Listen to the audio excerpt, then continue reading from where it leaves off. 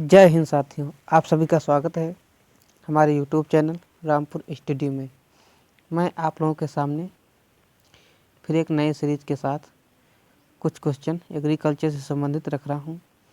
सबसे पहले तो आप सभी लोगों को मकर संक्रांति की हार्दिक शुभकामनाएं। आज खिचड़ी का पर्व बहुत ही धूमधाम से अपने पूरे भारत में मनाया जा रहा है। इसके पावन अवसर पर आप सभी को हार्दिक बधाई। तो चलिए क्वेश्चन को स्टार्ट करते हैं। आज का हमारा जो फर्स्ट क्वेश्चन है वो दिया हुआ है कि ड्रिप सिंचाई पद्धति का जन्म स्थान कहाँ है। तो इसका जो ड्रिप सिंचाई का जो ओरिजिन प्लेस है ये इजराइल माना जाता है। ड्रिप सिंचाई का जन्म स्थान इजराइल में इसका प्रयोग ज़्यादातर किया जाता है।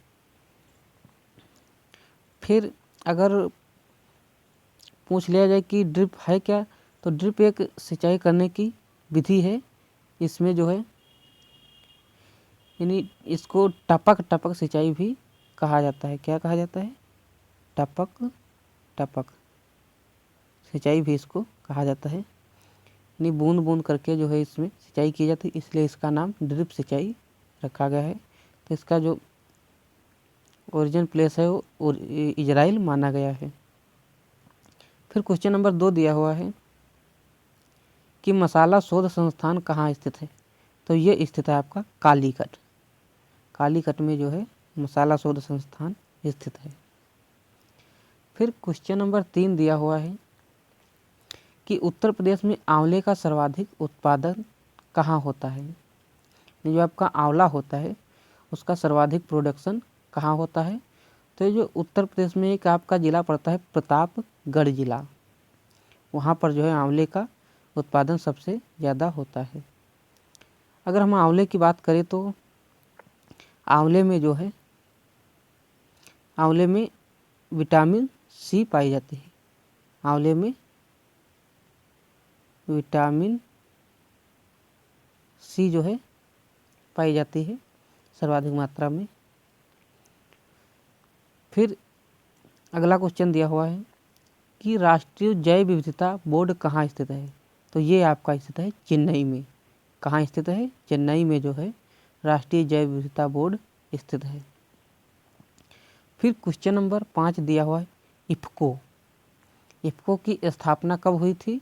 तो ये हुई थी 1967 में। अब अगर हम इफ़को की बात करें तो ये है क्या, तो इसका जो फुल फॉर्म होता है इफ़को, इंडियन फर्टिलाइजर कोऑपरेटिव इसका फुल फॉर्म होता है। तो इसकी स्थापना कब हुई थी? तो ये हुई थी 1967 में। अब अगली एक आपकी है क्रभको की स्थापना कब हुई थी। तो ये हुई थी 1980 में क्रभको की स्थापना हुई थी।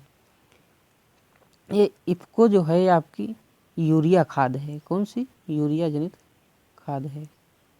इसको आप लोग ध्यान रखिएगा। फिर क्वेश्चन नंबर 7 दिया हुआ है कि गेहूं की एमएसपी इसे मिनिमम सपोर्ट प्राइस भी कहते हैं। तो ये है क्या? तो पूछ रहा है कि गेहूं की एमएसपी क्या है। तो ये है, इसकी एमएसपी होती है 2015 रुपये प्रति कुंटल। 2015 रुपये प्रति कुंटल जो है इसकी। तो इसकी एमएसपी कितनी होती है? तो इसकी एमएसपी होती है 2015 रुपये प्रति कुंटल जो है इसकी एमएसपी होती है कुंटल। फिर अगला क्वेश्चन दिया हुआ है कि पेट्रोलियम अनुसंधान संस्थान ये कहाँ स्थित है। तो ये स्थित है आपका देहरादून में। और देहरादून आपका कहाँ पड़ता है? तो ये उत्तराखंड में पड़ता है। कहाँ पड़ता है? उत्तराखंड में पड़ता है आपका देहरादून। इसको आप लोग ध्यान रखिएगा। फिर क्वेश्चन नंबर 9 दिया हुआ है कि लोहे की सर्वाधिक मात्रा किस फल में पाई जाती है। तो ये पाई जाती है सेब में।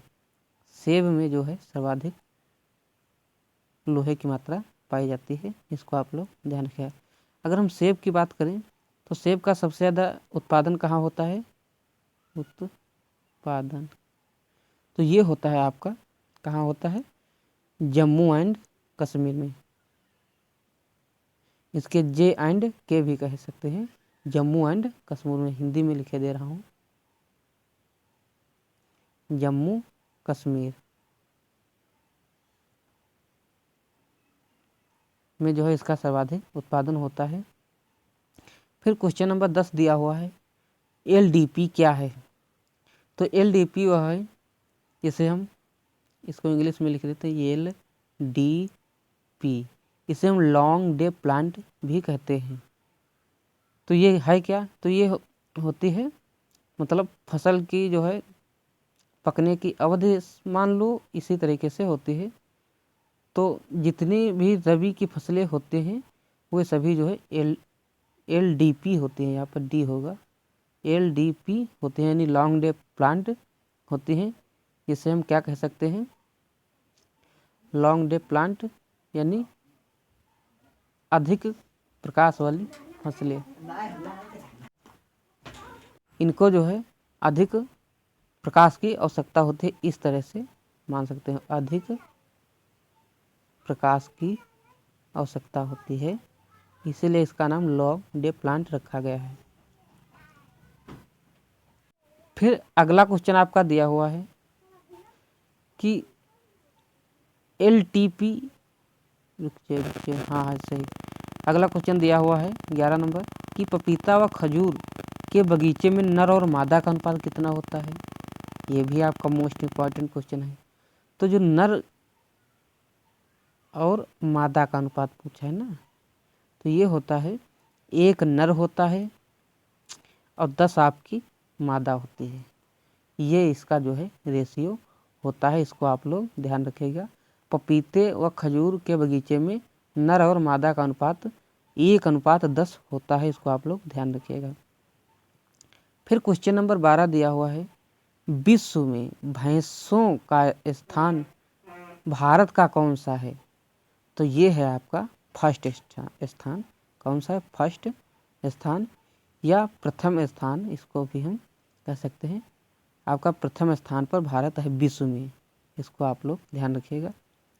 फिर क्वेश्चन नंबर 13 दिया हुआ है, WCC 75 किस्म है।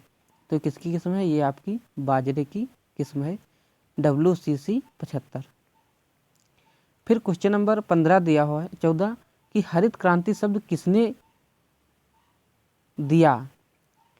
तो हरित क्रांति जो शब्द है ये किसने दिया था?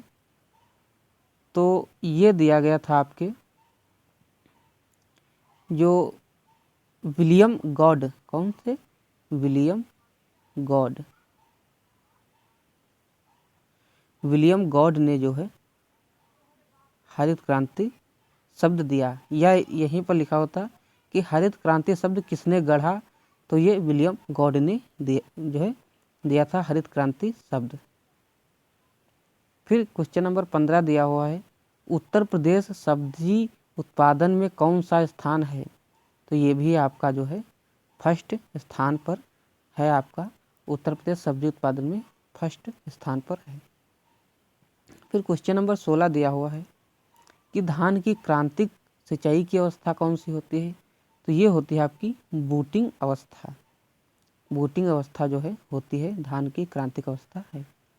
फिर क्वेश्चन नंबर 17 दिया हुआ है कि भारत में सबसे ज़्यादा कौन सी मृदा पाई जाती है? ये भी आपका मोस्ट इम्पॉर्टेंट क्वेश्चन है। तो ये पाई जाती है, भारत में सर्वाधिक जलोढ़ मृदा जो है पाई जाती है। अब कितने प्रतिशत पाई जाती है? तो 43% जो है ये आपकी भारत में जलोढ़ मृदा पाई जाती है। फिर क्वेश्चन नंबर 18 दिया हुआ है कि फलों को शीघ्र पकाने के लिए किस तत्व का प्रयोग किया जाता है? यानी किस तत्व की जो बराबर मात्रा होगी उससे जो फल पकेगा, तो वो होता है आपका फास्फोरस। अगर फास्फोरस की कमी हो जाएगी तो पौधा जो है शीघ्र पक नहीं पाएगा, इसको आप लोग ध्यान रखिएगा। फलों को पकाने में जो है फास्फोरस तत्व है वो आपका जो है एक तरह से मान सकते हो कि उपयोगी है, यही आपका उपयोगी है। फिर क्वेश्चन नंबर अगला दिया हुआ है 19 कि सरसों की एमएसपी, फिर आपको पूछा गया है एमएसपी मिनिमम सपोर्ट प्राइस, तो ये है आपकी 50-50 यानी 5,050 रुपये, 5,050 रुपये प्रति कुंटल जो है आपकी सरसों की एमएसपी है। अब सरसों की बात आई तो सरसों की एक प्रजाति है जो कि ज़्यादातर पूछी जाती है, उसका नाम है पीताम्बरी। पीताम्बरी जो है ये प्रजाति है आपकी सरसों की, ये मोस्ट पॉपुलर है, तो इसको आप लोग ध्यान रखिएगा। ये आपकी पीली सरसों की प्रजाति है, इसको ध्यान रखिएगा। फिर अगला क्वेश्चन है 20 नंबर, किस बीज का टैग का रंग सफ़ेद होता है? तो जो आधार बीज होता है उस पर जो टैग लगा होता है इस तरह का कुछ बॉक्स होता है, इस तरह का, तो उसमें टैग लगा होता है। तो किस तरह का टैग लगा होता है? तो जैसे ये मान सकते हो, तो यहाँ पर सफ़ेद सफ़ेद जो है भरा होगा, तो इस तरह का जो टैग लगा होता है वो आधार बीज में सफ़ेद रंग का टैग लगा होता है। तो आई होप आपको समझ में आ रहा होगा। इसी के साथ मैं अपने वीडियो को समाप्त करता हूँ और सभी से रिक्वेस्ट है कि हमारे यूट्यूब चैनल रामपुर स्टडी को सब्सक्राइब कर लेना जिसने ना किया हो, जिससे कि नोटिफिकेशन समय समय पर आता रहे। जय हिंद, जय भारत।